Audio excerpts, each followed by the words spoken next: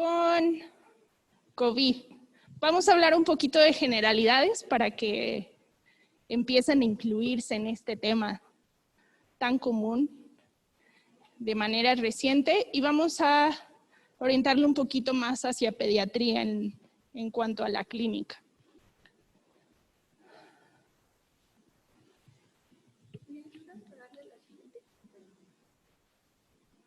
Gracias. Primero que nada, y lo que me interesa que puedan diferenciar, acuérdense que COVID-19 es la enfermedad y el agente etiológico, el virus, es SARS-CoV-2. Eso es lo más importante que quiero que empecemos a diferenciar. ¿Cuándo se originó o cuándo se empezaron a describir los primeros casos? Los primeros casos se empiezan a describir hacia finales de diciembre del 2019 en una localidad de China, en Wuhan, y tenían un nexo epidemiológico muy característico, que era que todos estos pacientes se relacionaban, que trabajaban o que habían acudido a un mercado húmedo o a un mercado mojado. Vamos a ver un poquito más adelante en la siguiente diapositiva a qué se refiere esto de mercado húmedo. Para el 31 de diciembre se inicia la investigación por los Centros de Enfermedades Infecciosas de China. Para el 7 de enero se descartaron otras etiologías como era el SARS, el virus del SARS, el virus del MERS, influenza, y se identifica y se describe este nuevo coronavirus.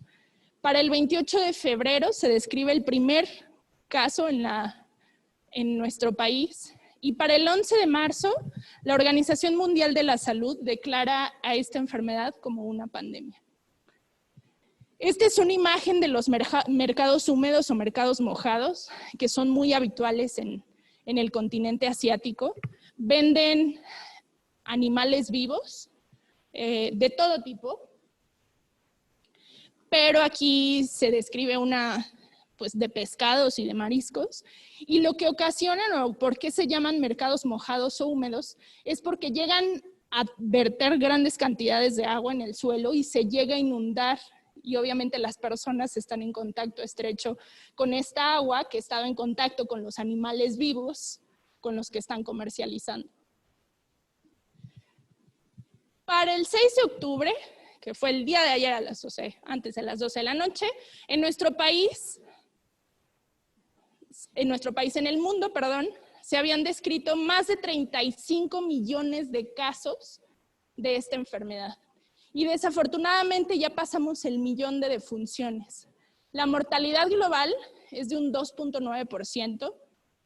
En algún momento de esta pandemia la mortalidad global alcanzaba casi un 15% en las fases más activas. Y en este momento empezó a disminuir porque se alcanzó esta ya fase de meseta y de disminución de los casos a nivel mundial. ¿Y qué ocurre en México? En México, casos confirmados hasta el día de ayer por la noche, 765,000, Se estima que aproximadamente haya unos 800,000 casos. Las defunciones, 79,000, el estimado 81,000 defunciones y una mortalidad del 10%. Nosotros nos seguimos manteniendo una mortalidad muy alta. Casi 1 de cada 10 pacientes en México fallece por esta enfermedad hasta este momento. Pero si nos orientamos un poquito más hacia pediatría, ¿qué tan frecuente es en pediatría? La serie de casos más grande que se realizó en aproximadamente 70,000 pacientes incluidos en este estudio en China, de los casos que se confirmaron fueron 44,000 y de estos el 2% eran niños. Menos del 5% habitualmente afecta a la población pediátrica y se puede presentar en niños de todas las edades, incluidos los neonatos, que suelen ser los que tienen mayor gravedad, mayor mortalidad. La edad media de presentación son los 7 años. ¿Qué es lo que ocurre en nuestro país? Los datos más recientes en el número de casos, aproximadamente 30,000 casos en población pediátrica, representan casi un 4% de los casos, como les mencionaba, de un 2 a un 5%, habitualmente es lo que está afectando en población pediátrica. El principal grupo afectado de los 14 a 19 años, adolescentes, seguido de los 10 a 14 años y por último de los 0 a los 4 años. ¿Cuántos se hospitalizan? Aproximadamente el 10% de la población pediátrica, 2.946 hospitalizados hasta este momento. ¿Y cuál es el grupo que más se hospitaliza? Neonatos y lactantes. Son los más importantes y los que tienen datos de mayor gravedad. Hablando de defunciones en nuestro país, se han reportado 321 muertes y la mortalidad es de un 1% en niños, comparado con un 10.3% de la mortalidad total en nuestro país. Los grupos que más han fallecido, de los 0 a los 4 años, como les mencionaba, seguido de los 14 a los 19 años.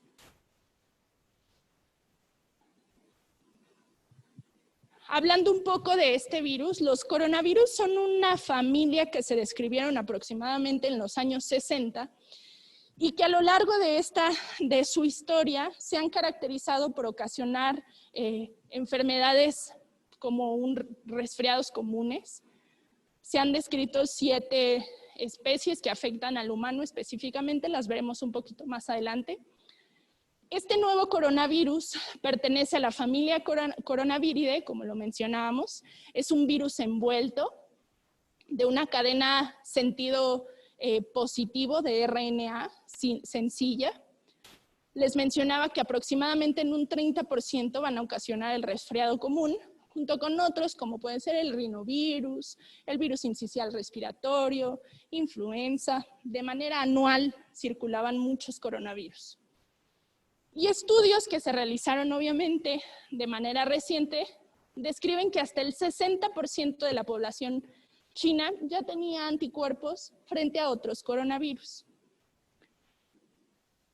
Vamos a verlo un poquito más adelante. Los últimos virus descritos dentro de esta familia fueron el virus del SARS y el virus del MERS, que tienen una característica y que son o suelen manifestarse con neumonía grave, falla orgánica múltiple y suelen asociarse a mayor mortalidad, a diferencia del resto de especies que nos daban pues un resfriado común. Como les mencionaba, se van a dividir en 4 géneros: alfa, beta, gamma y delta. Las principales especies que afectan humanos se van a incluir en el género alfa y beta, y se han descrito hasta el momento 7 coronavirus humanos.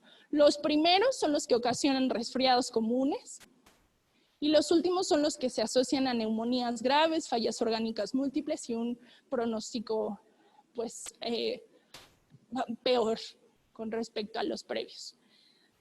Dentro del género beta coronavirus va a haber 4 linajes, de la A a la D, y nosotros vamos a encontrar a este SARS-CoV-2 que tiene una homología del 88% con el SARS-CoV-1, que es el que se describió de manera inicial, en el linaje B. Dentro de la estructura de este virus vamos a encontrar que en la parte externa van a observarse estas proteínas, la hemaglutinina esterasa, que vamos a ver, no la alcanzo a ver acá. Aquí está. La hemaglutinina esterasa, que nos va a favorecer la adhesión celular a las diferentes células humanas a las que afecta, y se une a los receptores específicos que son estas enzimas convertidoras de angiotensina tipo 2. Además, va a poseer proteínas de la envoltura, que son estas proteínas de espiga, las proteínas Spike, que le van a favorecer también la unión a estas células epiteliales. Esta morfología tan característica que le dan las espigas deriva su nombre de la corona radial del Sol y por eso se llaman coronavirus.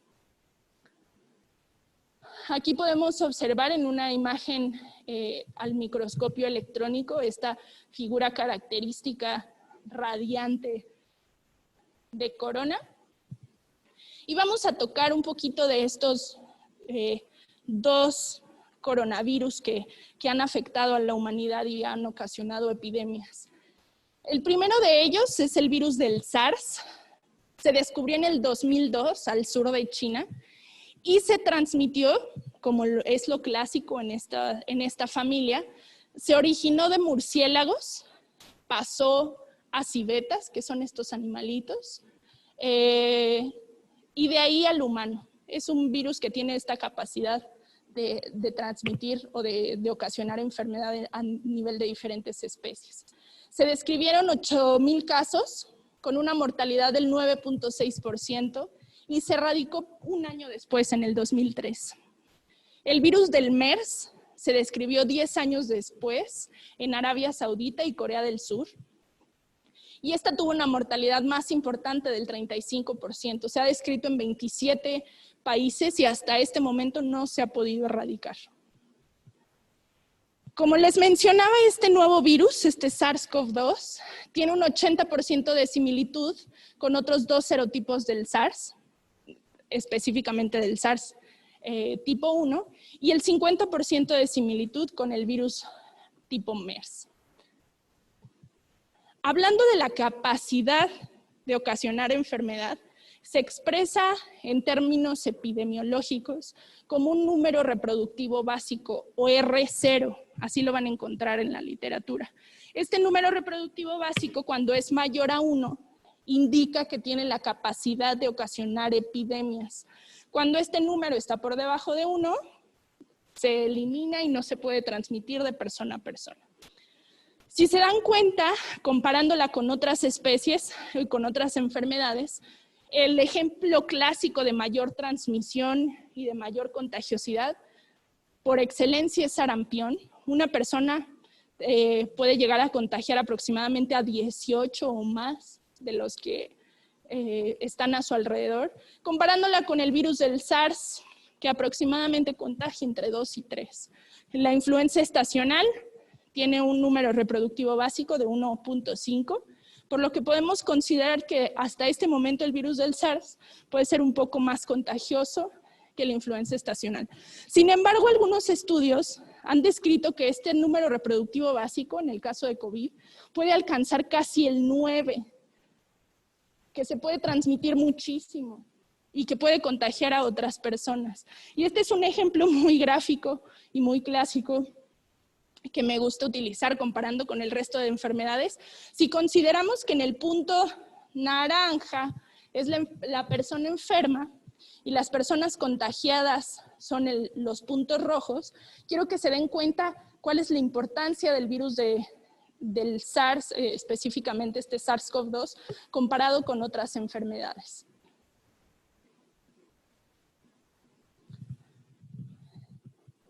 La vía habitual que se describe de transmisión es por el contacto con secreciones respiratorias que emitimos al hablar, al respirar, al toser, al estornudar. Estas gotas van a alcanzar 2 metros. Como son gotas grandes, una vez que se expulsan, por el peso de la gota inmediatamente caen a las superficies. A diferencia de los aerosoles, que suelen ser gotas más pequeñas, son pues micrométricas, que pueden alcanzar y se aerosolizan hasta por 3 horas y alcanzan distancias más largas que pueden ser hasta los 6 metros, 4 metros. Estas gotas permanecen en superficies como son el plástico, acero, cartón y pueden incluirse en estas superficies con las que tenemos contacto. Hay descripción que pueden permanecer hasta por 5 días. Por lo cual aquí radica la importancia de las medidas de higiene y desinfección de superficies de todos estos pacientes que estén en contacto con el virus. Aquí les pongo un signo de interrogación porque hasta este momento sigue siendo muy discutido y muy debatido la posibilidad, a pesar de que ya hay estudios que evidenciaron que se puede transmitir por aerosoles también. La principal vía hasta este momento va a ser por gotas. Otra vía de transmisión muy debatida hasta este momento es la transmisión vertical. Hay algunos estudios que ya evidenciaron que existe una viremia materna en estos mismos pacientes, identificaron el virus en placenta y también por pruebas moleculares por PCR identificaron al virus en el recién nacido. Sin embargo, el número de casos y los estudios que se han realizado no han sido aleatorizados, no han sido controlados, por lo que mucha población científica todavía no está 100% convencida de que puede existir. Sin embargo, lo que sí está descrito, y en estas publicaciones, es que se puede de alguna manera relacionar con muerte fetal de estos pacientes en los que se identificó la viremia materna y la viremia en el recién nacido, prematurez, bajo peso al nacer y obviamente manifestaciones clínicas como son habitualmente manifestaciones respiratorias al momento del nacimiento o en los primeros días de vida. Si nos pasamos a la lactancia materna, que es otra de las preocupaciones de estas vías de transmisión, hasta este momento no se ha identificado el virus en la leche materna, por lo que no se sugiere suspender la lactancia materna en las madres que estén infectadas. Y además, otro punto favorable es que si la madre llegara a tener o a poseer previamente anticuerpos frente a esta enfermedad, se transmiten también de manera efectiva.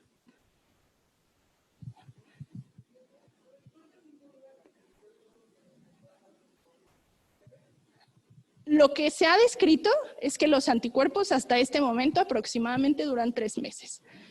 Pero necesitamos, obviamente, más tiempo para darle seguimiento a todos estos pacientes de los que se han tomado las muestras para asegurarnos que haya mayor persistencia. Desafortunadamente, y como saben, al tratarse de una enfermedad nueva, muchos datos a largo plazo, específicamente hablando de inmunidad, no los tenemos con certeza porque necesitamos más tiempo para conocerlos. Pero hasta este momento lo que se ha descrito es que esta inmunidad, al menos, o la presencia de anticuerpos, alcanzan hasta los 3 meses. ¿Cuáles son los grupos de riesgo? No para adquirir la infección, esto es bien importante, cualquier persona puede adquirir la enfermedad, pero los grupos de riesgo para que la enfermedad sea grave son en niños menores de 5 años, van a verlo más adelante en adultos mayores de 65 años, y todo paciente con una enfermedad crónica, ya sean pacientes inmunocomprometidos, diabéticos mal controlados, hipertensos, pacientes con enfermedad pulmonar crónica, pacientes con cardiopatías. Y ahora vámonos a la definición operacional. Otro problema, comparándolo con dengue y con influenza. La definición operacional hasta este momento en nuestro país para esta enfermedad enfermedad de COVID-19 es persona de cualquier edad que en los últimos 7 días haya presentado al menos 2 de los siguientes: tos, fiebre o cefalea, acompañado de al menos de uno de los siguientes: dificultad respiratoria, mialgias, artralgias, odinofagia, escurrimiento nasal, conjuntivitis y dolor torácico. Y en los niños vamos a suplir esta cefalea por irritabilidad. Si se dan cuenta, es prácticamente un cuadro de enfermedad tipo influenza. La enfermedad de tipo influenza se define por esto, por esta definición operacional. Es prácticamente la misma. ¿Qué nos ayuda a diferenciarla en este caso de dengue, por ejemplo? Acuérdense, el dolor retroocular de dengue, y que dengue no va a presentar síntomas respiratorios, ¿sale? La definición operacional en el recién nacido. Un caso sospechoso es todo recién nacido cuya madre tenga historia de infección por COVID-19 entre los días 14 antes del nacimiento y 28 después del mismo. Todo recién nacido que haya estado expuesto a un paciente con COVID-19, sea familiar, sea cuidador, sea personal médico o visitante, independientemente de si tiene síntomas o no. Esto es bien importante. En el recién nacido, por la severidad y por el mal pronóstico y mayor mortalidad, necesitamos considerar un caso sospechoso a todo niño que haya estado en contacto con alguien con COVID. Y lo vamos a confirmar, obviamente, una vez que tengamos la evidencia del virus. ¿Cómo va a ser? El gold estándar, mediante PCR. Que hayamos identificado este virus en el recién nacido por alguna de las técnicas. En pediatría, habitualmente los síntomas suelen ser menos graves. Habitualmente el 90% son asintomáticos o con enfermedad leve a moderada y un 5% son un cuadro grave. Las manifestaciones más frecuentes en población pediátrica son tos, casi en un 50%, le siguen el dolor faríngeo y la fiebre, que la fiebre no suele ser tan alta, es muy variable, pueden ser febrículas únicamente, puede cursar como un resfriado común, con fiebre no tan alta. Sin embargo, también hay pacientes que pueden alcanzar los 40 grados sin ningún problema, pero habitualmente dura 3 días esta fiebre. Los cuadros graves se definen por disnea, por cuadros de dificultad respiratoria franca, como son la cianosis, la saturación menor del 93%, y un cuadro crítico es cuando alcanzan la insuficiencia respiratoria, el síndrome de dificultad respiratoria aguda, un síndrome de choque como tal, o de falla orgánica múltiple, y aquí ya se incluyen todas estas manifestaciones a órganos, como pueden ser la encefalopatía, la falla cardíaca, las alteraciones en la coagulación y la falla renal. Es una diapositiva un poquito cargada, pero lo que me interesa que ustedes sepan es que en los niños puede pasar lo que sea, y se puede manifestar como sea y como quiera este virus. Y ha representado un reto, al menos para la población pediátrica y para los pediatras, el diferenciar a este padecimiento, porque muchas veces se presenta, por ejemplo, exclusivamente con una parálisis facial. Nada más. O puede ser un paciente que llega por una urticaria, que si ya lo revisaron, la mayor parte de los casos de urticaria son debidos a enfermedades infecciosas, pero exclusivamente con urticaria, sin fiebre. O puede ser que este paciente únicamente nos llegue con diarrea como única manifestación. Prácticamente en pediatría puede presentar cualquiera de esas lesiones a nivel general. En los adolescentes y en población adulta toma importancia casi hasta en un 51% en el último renglón, la pérdida del gusto y del olfato, que se presenta de manera característica casi en un 50%. Obviamente en los niños es súper difícil de identificar estos signos, pero que nos van a ayudar a diferenciarlas de otras enfermedades, como podría ser, obviamente, influenza y en un caso de dengue. Además, en población pediátrica se ha descrito algo muy característico que se está buscando de manera dirigida en toda la población que está afectada en niños, que es este síndrome inflamatorio multisistémico. Lo van a encontrar en la literatura por sus siglas PIMS, PIMS o MISC, MISC.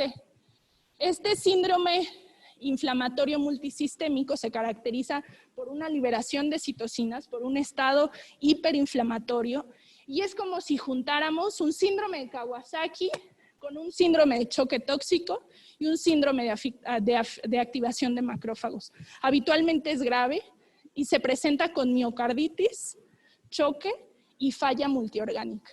Aquí pueden ver, fíjense, y esto es algo bien importante y debe de ser un dato de alarma para todo paciente con COVID-19 que nos llegue a la consulta pediátrica. Los síntomas gastrointestinales se presentan en el 81% de los casos, por lo que nos debe de llamar la atención que un niño nos llegue con dolor abdominal y fiebre y tenga diagnóstico de COVID o tenga sospecha de COVID.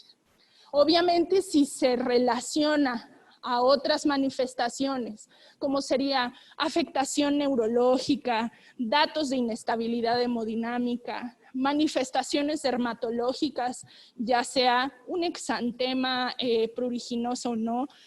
Una de las cosas que se ha diferenciado también o caracterizado en COVID es que las manifestaciones cutáneas pueden ser polimorfas.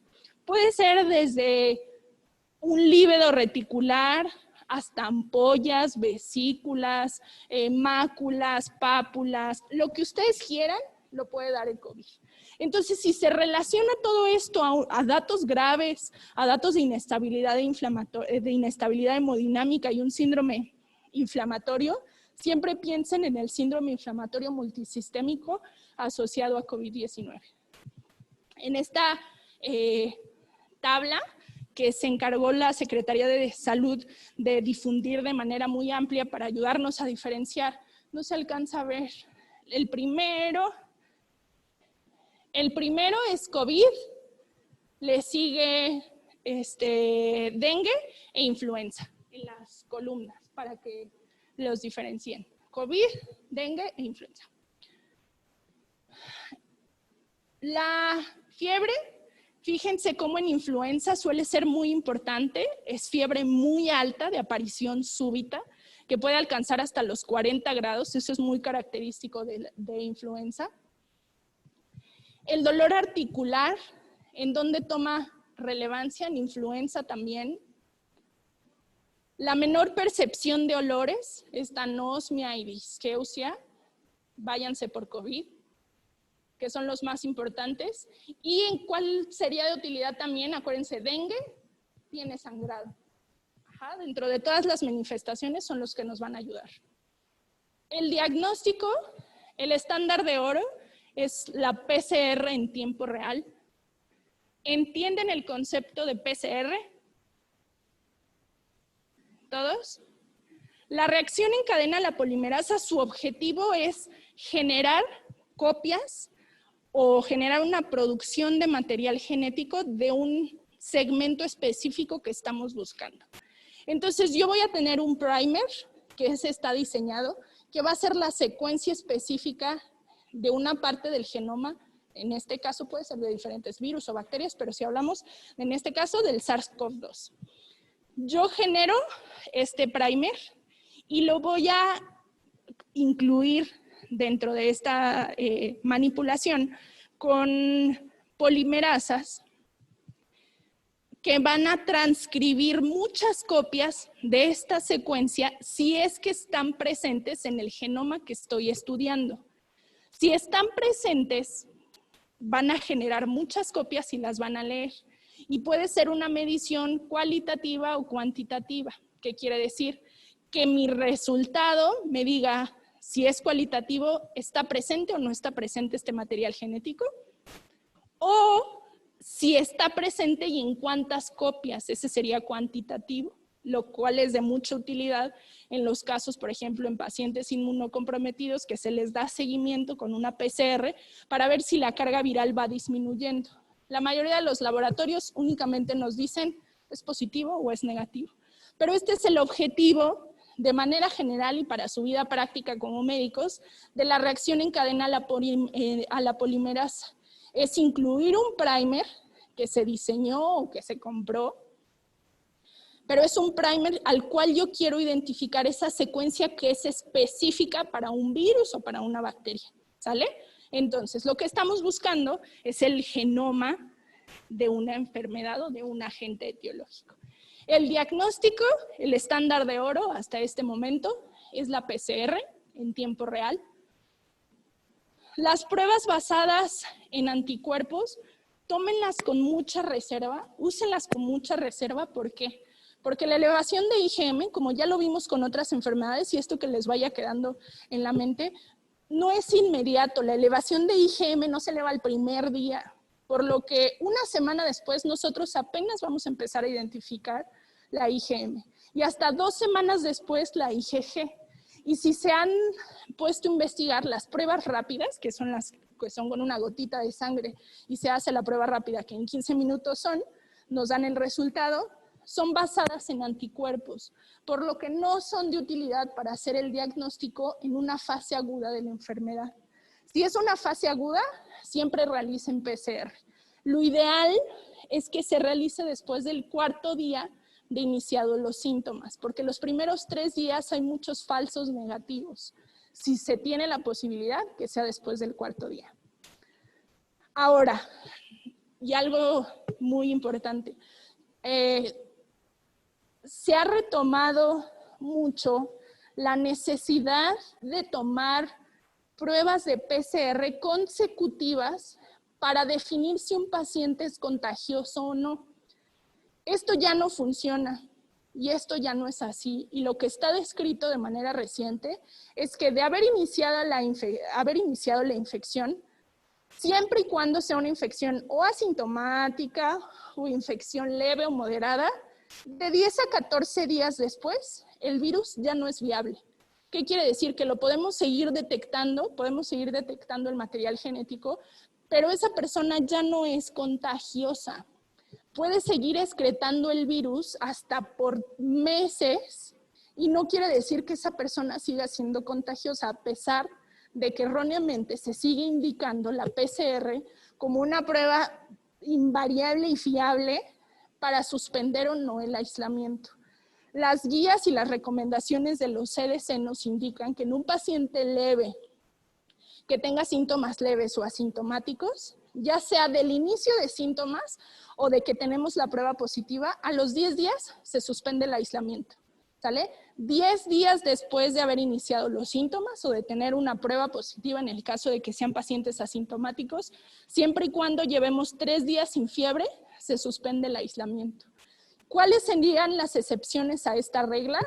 Pacientes inmunocomprometidos, pacientes que tengan una evolución grave, obviamente que estén hospitalizados, que tengan manifestaciones severas, que tengan un estado hiperinflamatorio de activación de macrófagos, que obviamente representaría o sería el resultado de un manejo inadecuado del huésped al virus. ¿Qué quiere decir? Que no tengan una respuesta adecuada a este virus y este virus siga en viremia. Por lo tanto, en estos pacientes sí sería importante estas PCR seriadas para, obviamente, valorar si se suspende o no el aislamiento. Ajá. De ahí en fuera, 10 días después de haber tomado la primera muestra o de que inicien los síntomas, se suspende el aislamiento. Hasta este momento, no hay terapia antiviral efectiva frente al SARS-CoV-2. No la hay. Por lo que, al menos en población pediátrica, la seguridad, y no solamente hablando de COVID, sino de muchas patologías, de todas, es importante para definir si le vamos a administrar o no un medicamento a un niño.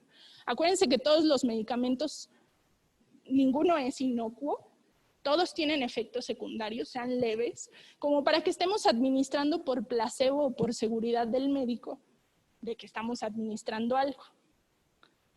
La evidencia, ¿qué es lo que ha demostrado? En casos asintomáticos, presintomáticos, no se recomienda ningún tratamiento. En la enfermedad leve, tampoco hay evidencia a favor o en contra de terapia antiviral, por lo que es de mayor utilidad hasta el momento es el tratamiento sintomático. En los casos de enfermedad moderada y grave, se pueden considerar algunos inmunomoduladores. ¿Qué quiere decir? Se puede utilizar terapia a dosis altas de esteroides, etcétera, pero que se relacionen a los síndromes asociados a esta enfermedad, como puede ser el síndrome de activación macrofágica, esta liberación excesiva de citocinas, sería tratamiento inmunomodulador específico. Y obviamente, en los casos que hay una enfermedad crítica, sería toda la terapia de soporte para los pacientes en cuidado crítico.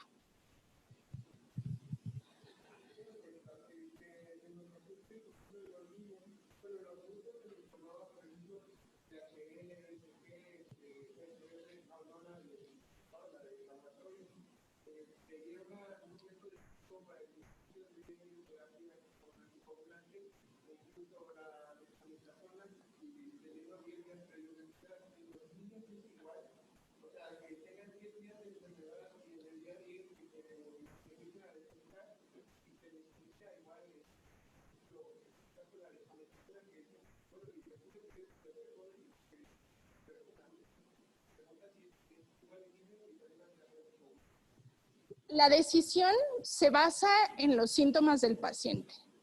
No hay un tiempo específico de que a los 10 días estoy obligada a realizar los estudios de laboratorio en el paciente, no.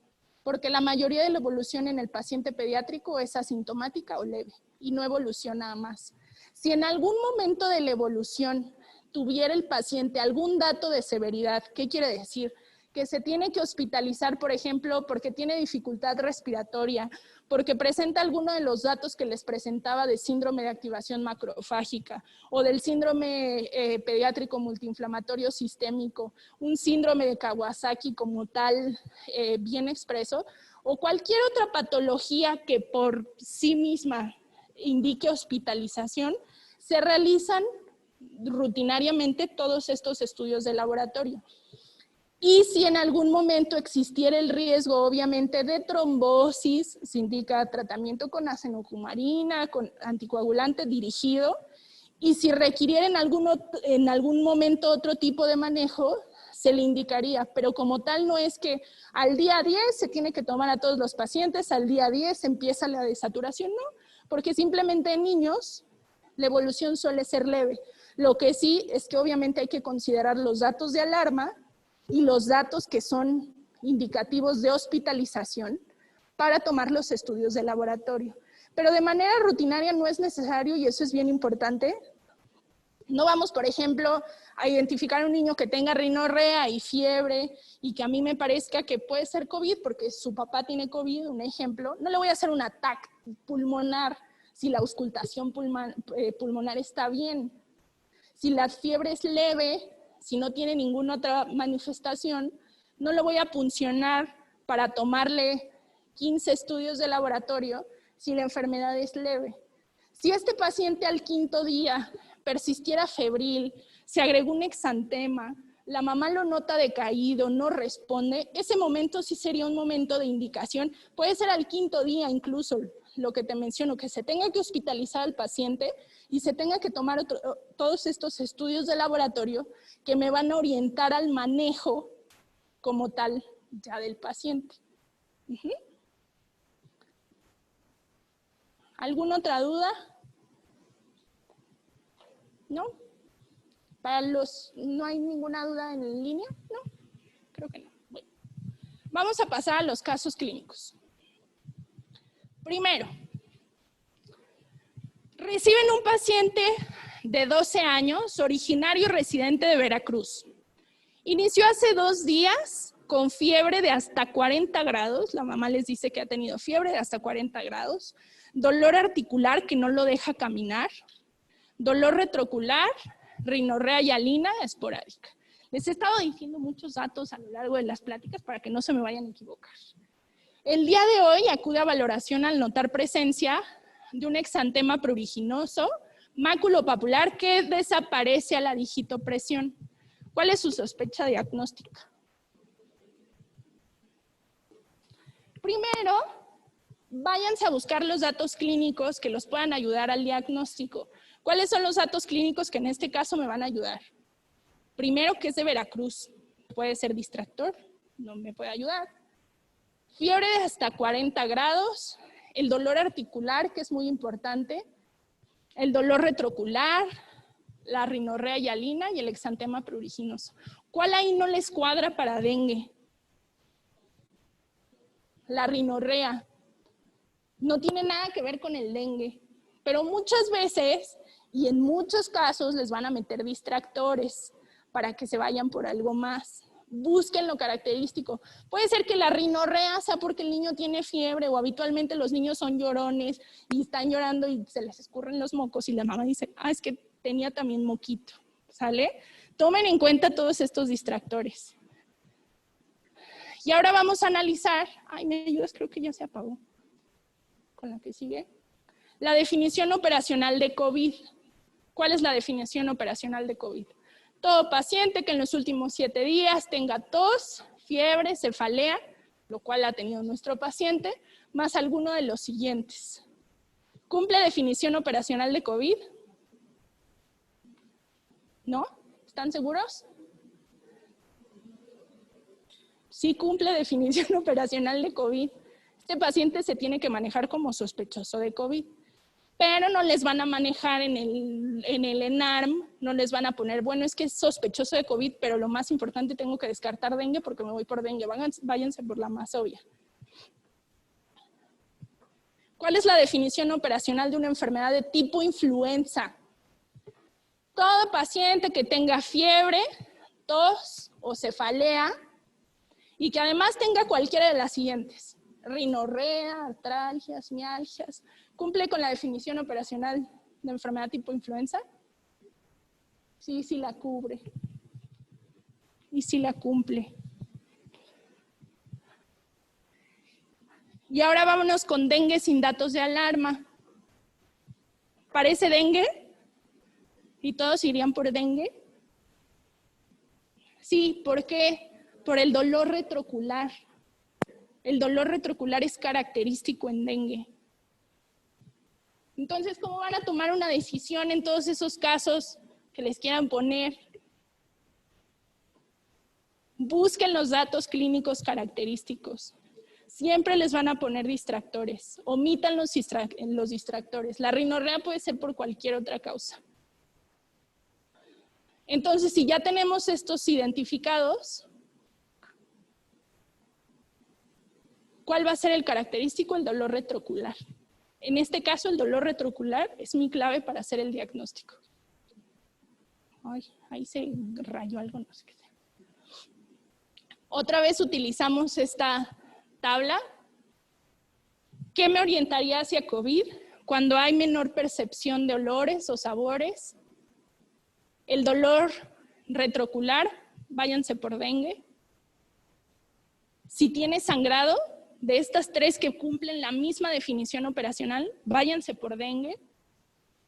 Y cuando tengan síntomas respiratorios, hay que hacer ahí la diferenciación inevitablemente entre COVID y entre influenza. Porque las dos tienen manifestaciones respiratorias. ¿Qué nos ayudaría ahí un poquito? Acuérdense que en COVID, al menos en población pediátrica, búsquenle todo lo demás. Si tiene exantema, si tiene diarrea, si tiene dolor abdominal, muy seguramente será COVID y no será influenza. Entonces, ya hicieron su diagnóstico de este. Muy bien, dengue, desde la primera, pero analicen por qué fue. Si se equivocaron y si pusieron COVID, o si se equivocaron y pusieron influenza, acuérdense que las siguientes se las van a poner dirigidamente para que sigan contestando de COVID e influenza. ¿Cuál es el tratamiento que indicaría en este paciente con dengue? ¿Tiene datos de severidad o no tiene datos de severidad? Entonces, ¿qué le vamos a hacer? Si analizamos, no entra en el grupo de riesgo, no es infante, no tiene ningún dato de alerta, lo damos de alta con hidratación y antipirético. Su antipirético de elección, acetaminofén. ¿Por qué? Por el riesgo de sangrado. Y vamos a revisar este caso. No les van a poner como tal chikungunya, que es muy difícil, pero váyanse orientados al dolor articular. En Zika busquen lo congénito, busquen el exantema muy pruriginoso. Y este caso clínico, 5 años, es previamente sana. La llevan a valoración con ustedes porque tiene historia de 3 días con fiebre, dolor abdominal y diarrea. La madre hoy notó que tenía un exantema maculopapular generalizado y tos en accesos. Hace una semana se fueron a Acapulco, porque como estábamos aislados y pues no había gente, aprovecharon y se fueron a Acapulco. Se irían por COVID. Aquí, ¿cuáles serían sus datos importantes? Fiebre, dolor abdominal y diarrea. El exantema nos va orientando un poquito más a COVID. La tos en accesos, híjole, podría ser influenza, pero no queda el exantema ahí. Y ese viaje a Acapulco, y si la picó un mosquito, y lo que tiene es un dengue grave. Exactamente. Váyanse por lo característico. La diarrea, ¿en qué la vamos a presentar? Se puede presentar en dengue, se puede presentar en COVID. En niños es bien característico. Casi la mitad de los niños que nos están llegando con diarrea. Y los síntomas respiratorios. Nos iríamos o por influenza o por COVID. Su distractor, como bien lo dijo su compañero, que es viajó a Acapulco.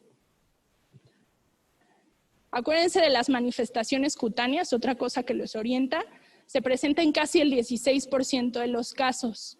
Y puede ser como sea, morbiliforme, pueden ser vesículas, puede ser este líbedo reticular, pueden ser manifestado únicamente como urticaria, asociadas a COVID. Mi diagnóstico entonces sería COVID-19, ¿sale? Y en la evolución, durante su valoración, ustedes encuentran a la niña somnolienta, el llenado capilar retardado, la frecuencia cardíaca por arriba de la percentil 90.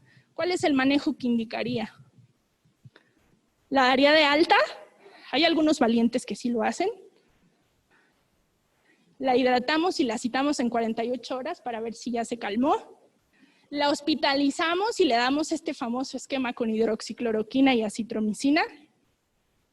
La hospitalizamos, la hidratamos y la transfundimos porque yo erróneamente pensé en el previo que tenía dengue grave. O la hospitalizamos, la hidratamos y le damos esteroide a dosis altas.